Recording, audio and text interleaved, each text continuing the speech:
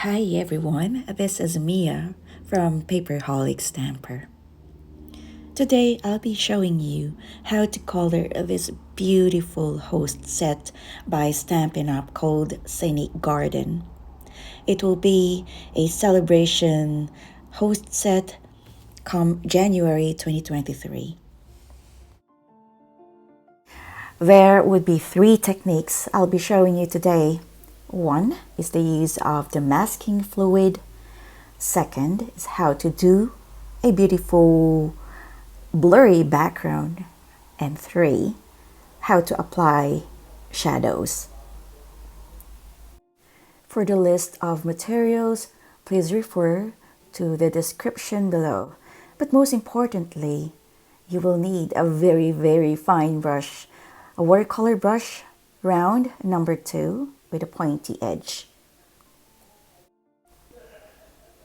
Now let's start making this a beautiful painting.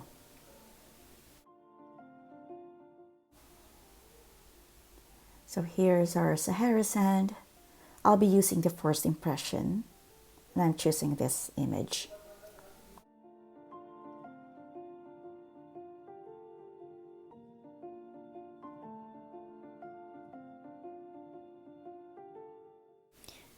Okay, I know you're going to say it's off-centered, but there's a reason for that.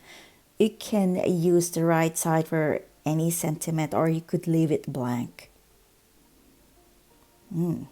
This is the masking fluid I was telling you about, and I'm using here an applicator too.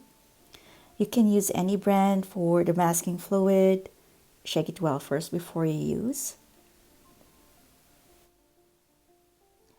And of course, before applying the masking fluid, make sure that the image is dry or the ink is dry.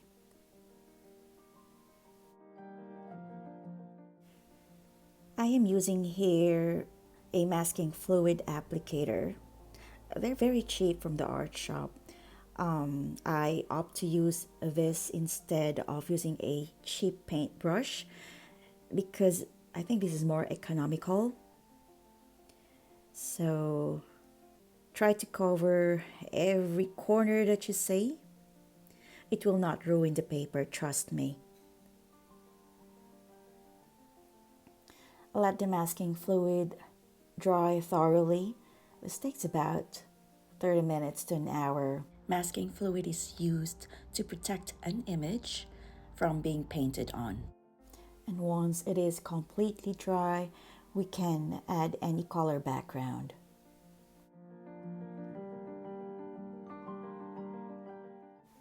Now we need a very thick brush, thirsty enough to absorb water. And then later on, we'll be using this thin brush, a round number 2 brush.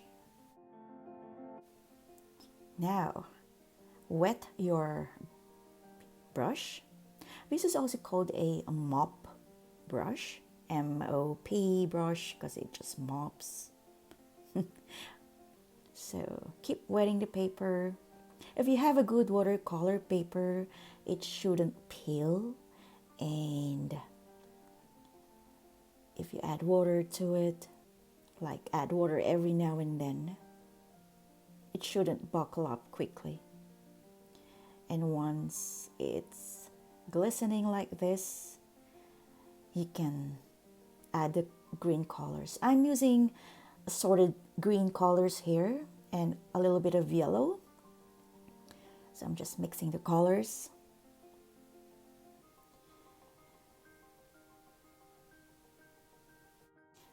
I am adding the colors on random areas.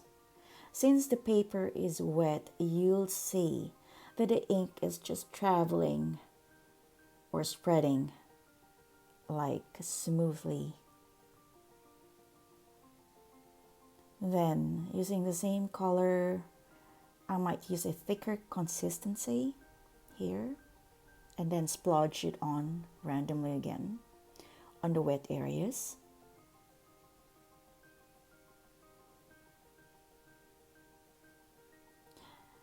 In this case, you wouldn't worry about blooms or odd blotches because the paper is still wet and the pigment will just move freely. So I'm using both thick and thin consistencies. So adding some yellow on certain areas.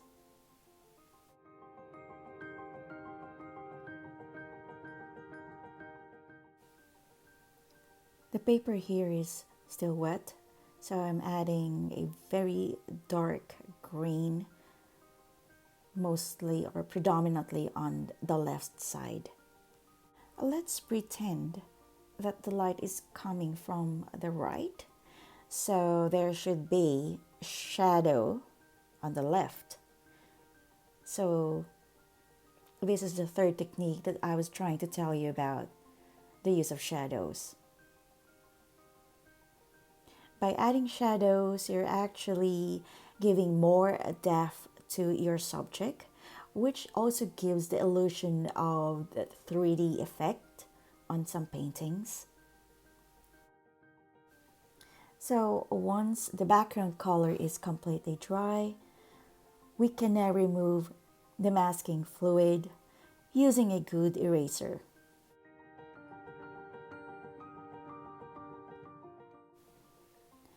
This is the part where you really need a lot of patience.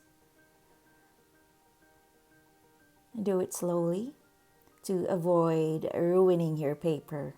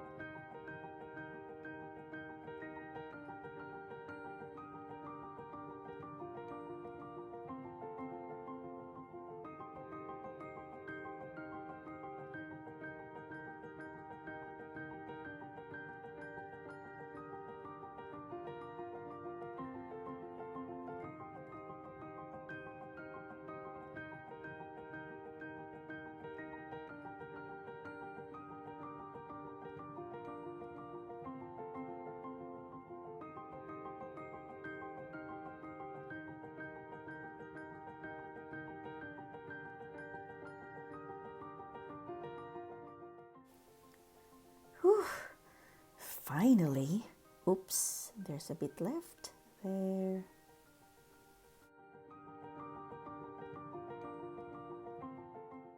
Okay, the fun part begins. Let's start coloring the flowers and the pot.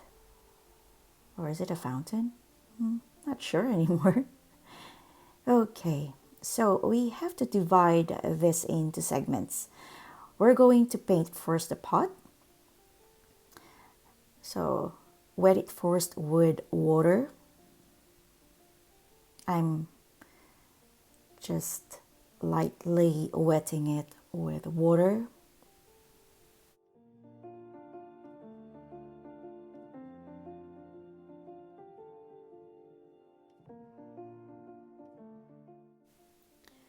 You can use any color for the pot. I've chosen a very dark orangey browny color here. So concentrate first on the left side because we said that the brighter area would be the right. So the left side should be darker. So as I move along towards the right, the tone should be lighter.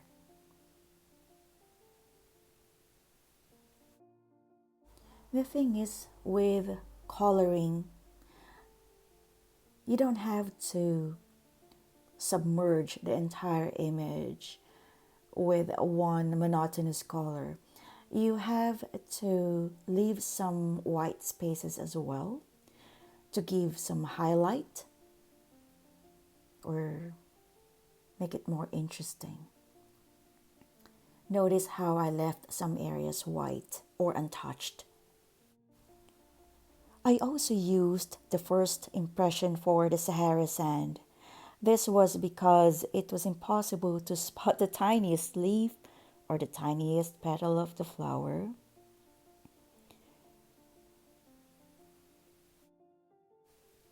If you look at the image, the foliage will be very, very difficult to paint if we try to be too detailed. So we are going to use a different approach in coloring the foliage.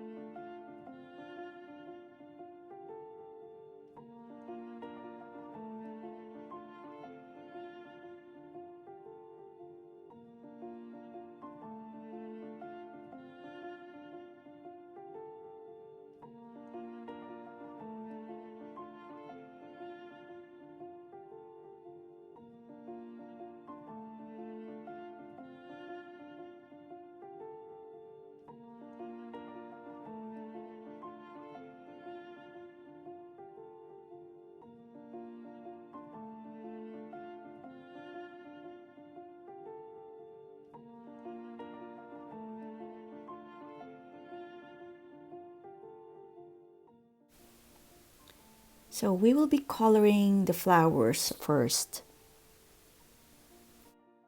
The placement would be random and imperfect, but one can be so pedantic about the actual placements of the petals. Best in this case to look at the stamp set, put it beside you, and refer to it every now and then. But with my style, I just want it to be loose and rustic. I chose a blue and purple and a bit of reddish purplish color for the flowers. You can choose whatever colors you want. It doesn't have to be the colors that I've chosen. I think yellow and purple would look nice together.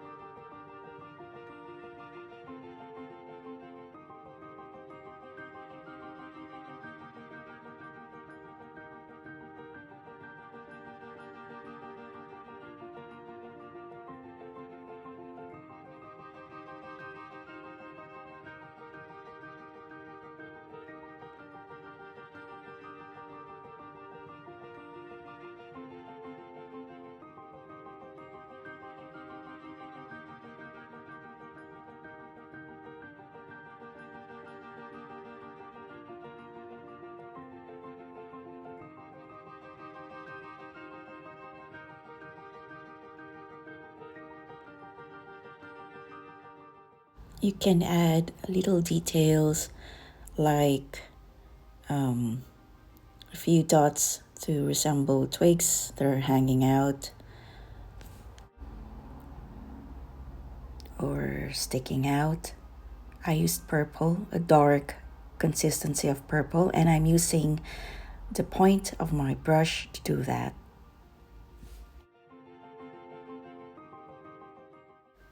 There's another flower at the top, so I'm adding this on.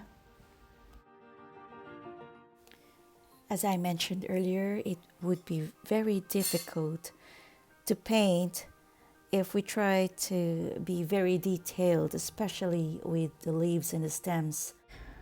So once you've let the flowers dry, it's time to color the outside areas to resemble the leaves. So I am using a lighter shade of green around the flowers.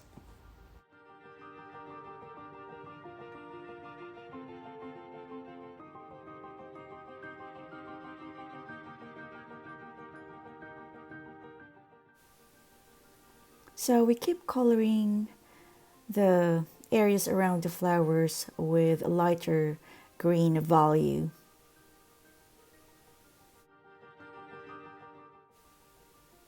It is a flat coloring, and I'm not even following the lines of every leaf here.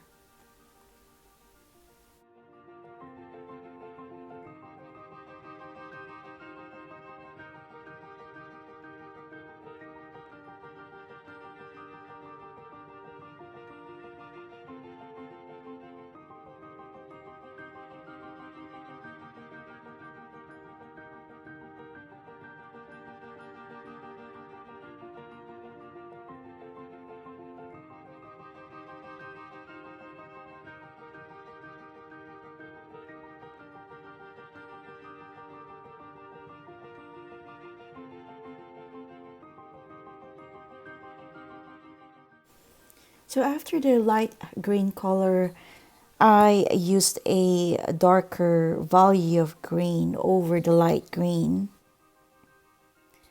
And by dabbing a few tiny lines, that will give the impression of the stems and the leaves.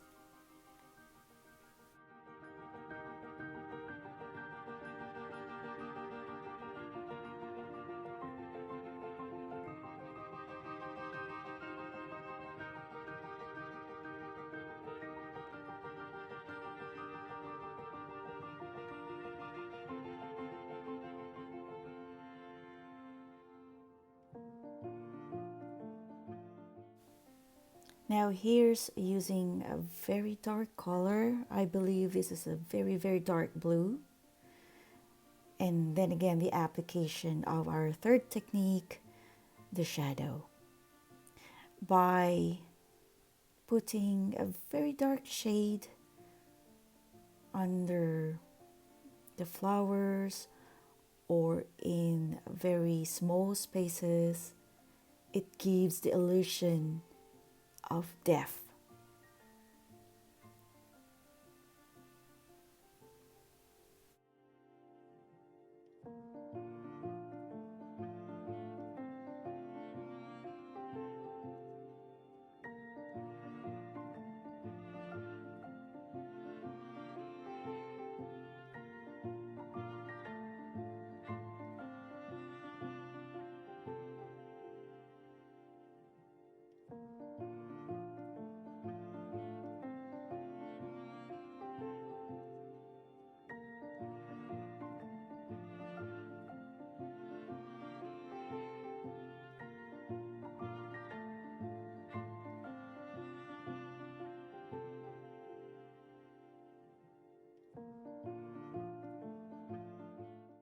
And finally, a shadow for the pot. I am applying a bluish gray tone on the lower left side of the pot. The addition of shadows to certain areas is very important. One, it gives the illusion of depth Two, it adds contrast. With this painting, I am applying them in between the flowers and the leaves and underneath the flowers, like so.